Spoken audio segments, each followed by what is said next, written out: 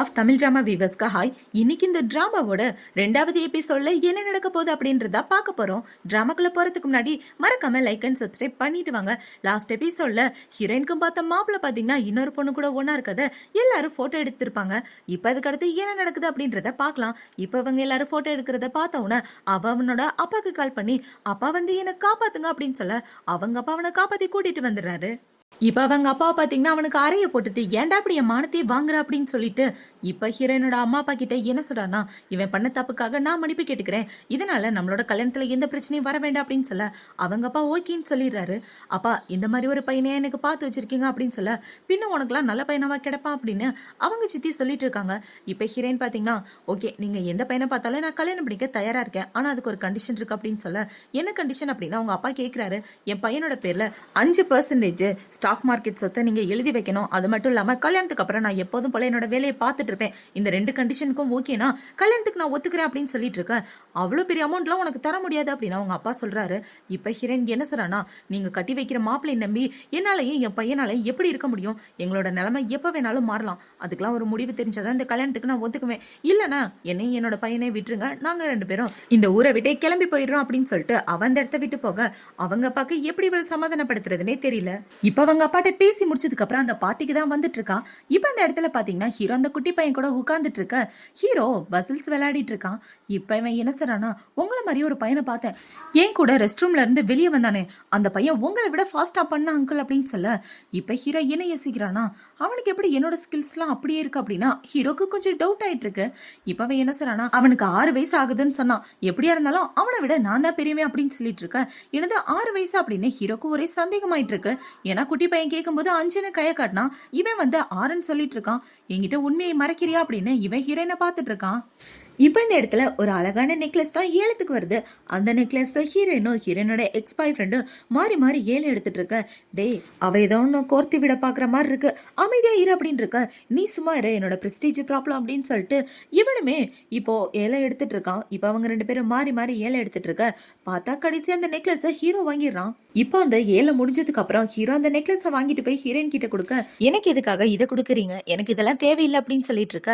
இப்ப இந்த இடத்துக்கு ஒரு பொண்ணு தான் வரா. இந்த பொண்ணு தான் ஹீரோவோட ஃபியான்சி. இப்ப அவ வந்து ஹீரோவை பார்த்து என்ன கேக்குறானா, உனக்கும் இந்த பொண்ணுக்கும் என்ன சம்மந்தம், அவ கூட நீ க்ளோஸ் ஆயிட்டு இருக்க, இவன் மேல நீ காதல்ல விழுந்துட்டியா அப்படின்னு சொல்லி கேட்க, என்ன நீ பைத்திய மாதிரி பேசிட்டு இருக்க, நான் சும்மா அந்த பொண்ணு கூட பேசிட்டு இருந்தேன் அப்படின்னு ஹீரோ சொல்லிட்டு இருக்க, நான் உன்னோட ஃபியான்சி, உன்னோட ஒவ்வொரு மூமெண்ட்டுமே எனக்கு நல்லா தெரியும் அப்படின்னு சொல்லிட்டு இப்ப அவ ஹீரோயினை பார்த்து என்ன சொன்னா, 3 நாள் டைம் தரேன், அதுக்குள்ள இந்த சிட்டியை விட்டு போயிரு அப்படின்னு சொல்லிட்டு இருக்க.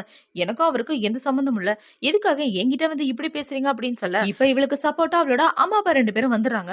இப்ப அவங்க 2 பேரும் வந்து, ஆமா ஆமா என் பொண்ணுக்கு அவங்களுக்கு சம்மந்தம் கிடையாது, என் பொண்ணுக்கு ஆல்ரெடி நான் மாப்பிள்ள பாத்துட்டேன் அப்படின்னு இவங்க அப்பா சொல்லிட்டு இருக்க. இப்ப ஹீரோ கிட்ட என்ன சொல்றானா, மத்த பொண்ணுங்க கிட்ட இருந்து நீ தள்ளி இருக்கிறதா உனக்கு நல்லது, இந்த மாதிரி ஒரு பொண்ணு கூட சுத்திட்டு அவளோட குழந்தைய நம்மளோட குடும்பத்துக்கு கொண்டு வரணும்னு நினைக்காத அப்படின்னு சொல்லிட்டு இருக்க.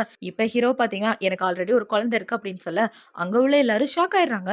குழந்தை இருக்கா, நீ பண்றது காமெடி, நீங்க உள்ள எல்லாருக்குமே தெரியும், எந்த குழந்தைய மனசுல வச்சுட்டு சொல்ற, இவ கூட இருக்க இந்த பையனை வச்சுட்டா இந்த குழந்தை உன்னோட குழந்தையா அப்படின்னு கேட்டு இப்பவே ஹீரோயின் போய் என்ன கேக்குறானா, இந்த குழந்தையோட அப்பா யாரு அப்படின்னு சொல்லி கேட்க, அந்த குழந்தையோட அப்பாவை பத்தி சொல்றதுக்கு ஒண்ணு கிடையாது அப்படின்னு ஹீரோயின் சொல்லிடுறா.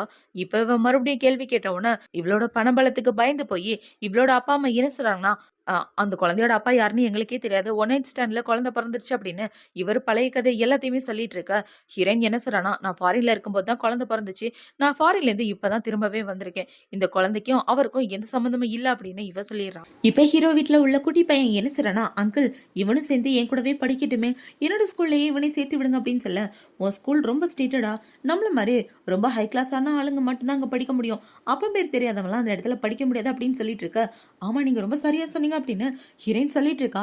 ஹீரோயினுக்கு அவளோட பையனை அவங்க கிட்ட இருந்து தள்ளி வச்சிருந்தா அதுவே போதும். இப்ப ஹீரோயின் அவளோட பையனை கூட்டிட்டு வீட்டுக்கு வந்தோடனே அவங்க அப்பா என்ன சொல்றாங்கன்னா, ஒழுங்கா அந்த பையன் கிட்ட நீ தள்ளி இரு, அந்த பொண்ணு என்ன சொன்னான்னு உனக்கு ஞாபகம் இருக்குல்ல, அவங்களா பெரிய ஃபேமிலி அப்படின்னு சொல்லிட்டு இருக்க, நான் தள்ளி இருக்கிறது இருக்கட்டும், எனக்கு இந்த கல்யாணத்துல விருப்பம் இல்ல, நானும் என்னோட பையனும் இந்த ஊரை விட்டு போகலான் இருக்கோம் அப்படின்னு சொல்ல அவங்க அப்பா அவளோட பாஸ்போர்ட்டை கிழிச்சு போட்டுறாரு. என் பெர்மிஷன் இல்லாம நீ இந்த இடத்த விட்டு எங்கேயும் போக கூடாது, நான் சொல்றதை மட்டும் தான் செய்யணும் அப்படின்னு சொல்லிட்டு இருக்க. என்னோட விஷயத்துல மட்டும் எதுக்காக இப்படி இது இறக்கமே இல்லாம நடந்துட்டு இருக்கீங்க அப்படின்னு இவ கேள்வி கேட்டுட்டு இருக்க. இப்ப இந்த குட்டி பையன் டக்குன்னு உள்ள ஓடி போறான். பாத்தியா உன்ன மாதிரியும் உன் பையனும் உதவ கரையா தான் இருக்கா அப்படின்னு அவங்க அப்பா திட்டிட்டு இருக்க.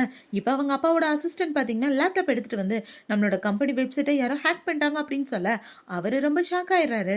இப்ப அந்த ஆளு என்ன சொல்றானா, கண்டிப்பா ஏதாவது பெரிய ஹேக்கரா தான் இருக்கணும், அவர் தான் இந்த வேலையை பார்த்துருக்கணும் அப்படின்னு சொல்ல ஹீரோயினுக்கு புரிஞ்சு போச்சு எல்லாமே ஜார்ஜோட வேலை தான் அப்படின்றது.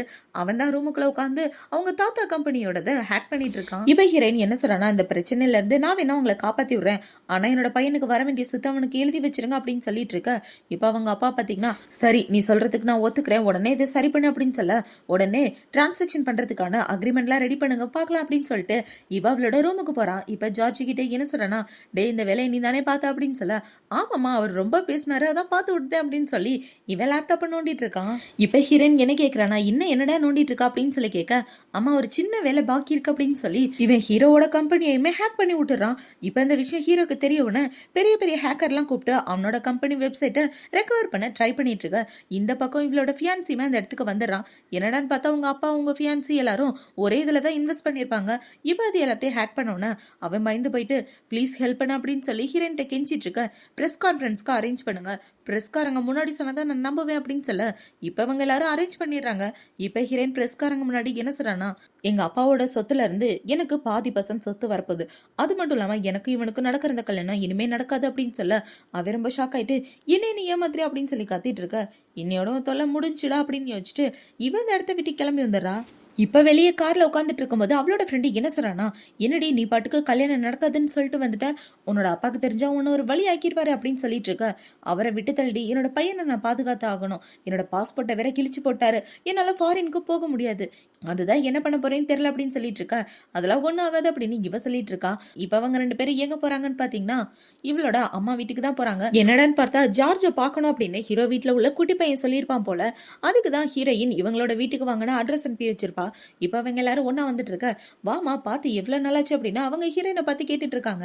இப்ப இந்த பக்கம் ஹீரோட அசிஸ்டன்ட் வந்து என்ன சொல்றானா, உன்னோட ஆளுக்கும் அவளோட ஃபியான்சிக்கும் பிரேக்கப் ஆயிருச்சாமே, என்கேஜ்மெண்ட்டை கேன்சல் பண்ணிட்டாங்க, நியூஸ்ல எல்லாம் கூட போட்டாங்க பாத்தி அப்படின்னு சொல்லிட்டு இருக்க. நீ ஏத்தி விடுறதுக்குனே கூட சுத்திட்டு இருக்கடா, அமைதியா வந்து உட்கார் அப்படின்னு சொல்லி இவனுங்க 2 பேரும் உட்கார்ந்துட்டு இருக்க. அந்த பக்கம் 2 குட்டி பசங்களை விளையாட ஆரம்பிக்கிறாங்க. இப்ப ஹீரோயினை பார்த்து விளையாடாம என்ன கேக்குறாங்கன்னா, ஏமா ஜார்ஜோட அப்பா யாரு, அவரை பத்தி நீ சொல்லவே இல்லையா அப்படின்னு சொல்லி கேட்க, அவரை பத்தி பேச விருப்பம் இல்ல ஆண்டி அப்படின்னு இவ சொல்லிடுற. இப்ப அவங்களோட பொண்ணை பாத்தீங்கன்னா அந்த ஆளு சரியான பண்ணி குட்டிமா அப்படின்னு சொல்ல, என்ன நீ பேசிட்டு இருக்கா, அவ புருஷனை பத்தி ஒன்ன யார் பேசுறது அப்படின்னு சொல்லி இவங்க திட்டிட்டு இருக்க. இப்ப ஹீரோயின் என்ன சொல்றானா, அவர் கார் ஆக்சிடென்ட்ல 3 வருஷத்துக்கு முன்னாடி இறந்து போயிட்டாரு, அதனால அவரை பத்தி நான் வெளியில பேசுறது இல்ல அப்படின்னு சொல்ல ஹீரோக்கு இந்த பக்கம் இருமலா வந்துட்டு இருக்கு. ஹீரோ இருமிட்டு இருக்கத பார்த்தோன்னா அசிஸ்டன்ட் சிரிச்சிட்டு இருக்கான். அவங்க புருஷனை பத்தி பேசினா இவருக்கு ஏன் இருமல் வருதுன்னு தெரியலையே, அந்த கடவுளுக்கு தான் தெரியும் அப்படின்னு சொல்லி இவன் சிரிச்சிட்டு இருக்க. என்னோட ஃப்ரெண்ட் அவளோட புருஷனை பத்தி எவ்வளவு சோகமான விஷயத்த சொல்றா, அதுக்கு போய் நீ சிரிச்சிட்டு இருக்கேடா அப்படின்னு சொல்லி கேட்க, ஏமா நீ பாட்டுக்கு ஏத்தி விடாத, நான் வேற விஷயத்த நினைச்சு சிரிச்சிட்டு இருந்தேன் அப்படின்னு இவன் சொல்லிட்டு இருக்கான்.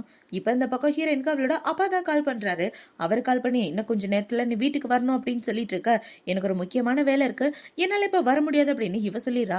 நீ வந்தே ஆகணும், வரலன்னா ஷேர்ஸ் எல்லாத்தையும் உனக்கு நான் டிரான்ஸ்ஃபர் பண்ண மாட்டேன் அப்படின்னு சொல்ல இப்ப ஹீரோயின் பாத்தீங்கன்னா எனக்கு ஒரு முக்கியமான வேலை இருக்கு, நீங்க எல்லாரும் என்ஜாய் பண்ணுங்க, நான் அந்த இடத்த விட்டு கிளம்புறேன் அப்படின்னு சொல்ல நானும் உன் கூட வரேன் அப்படின்னு இவ்வளவு கிளம்பிடுறா. இப்ப ஹீரோனோட அசிஸ்டன்ட் என்ன சொல்றானா, என்ன பிரச்சனைன்னு பாரு அப்படின்னு சொல்ல அவனும் ஓகே அந்த இடத்த விட்டு கிளம்புறான். இப்ப இந்த பக்கம் ஹீரோயின் கார்ல உட்காந்துட்டு இருக்க, பக்கத்துல அவளோட ஃப்ரெண்டு தான் இருக்கா.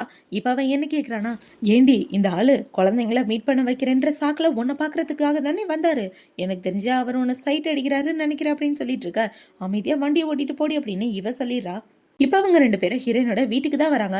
அங்க வீட்டுக்குள்ள வந்த உடனே இந்த தங்கச்சி அவளோட ஃபியான்சி சேர்ந்து என்ன சொல்றாங்கன்னா, அப்பாவோட ஷேர்ல இருந்து இவ்வளவு ஷேர் நீ எடுத்துக்க போறியா அப்படின்னு சொல்லி கேட்க, ஆமா அப்படின்னு ஹீரோயினும் சொல்லிட்டு இருக்கா. இப்ப அவங்க அப்பா பாத்தீங்கன்னா, என் குடும்ப மானத்தை இப்படி பண்ணிட்டு இருக்கே, அவ்வளவு ஷேர் எடுத்தனா நான் என்ன பண்றது அப்படின்னு சொல்லி சாட்டை எடுத்து அடிக்கிற மாதிரி வர, ஹீரோயின் அந்த சாட்டையை பிடிச்சிட்டா, 7 வருஷத்துக்கு முன்னாடி நான் தப்பு பண்ணேன், அதனால நீங்க அடிக்கும் போது அமைதியா இருந்தேன், இப்ப எந்த தப்பு பண்ணல, என்ன ஏதாவது பண்ணணும்னு நினைச்சீங்கன்னா உங்க எல்லாருமே நான் கொண்டு போட்டுருவேன் அப்படின்னு சொல்ல அவங்க அப்பா ரொம்ப ஷாக் ஆயிடுறாரு. இவ திட்டுறத பார்த்தவன இவ இப்படி திட்டிட்டு போறதோட தான் இந்த எபிசோட் முடியுது. அடுத்த எபிசோட்ல என்ன நடக்க போகுது அப்படின்றத நாளைக்கு பார்க்கலாம். பாய்.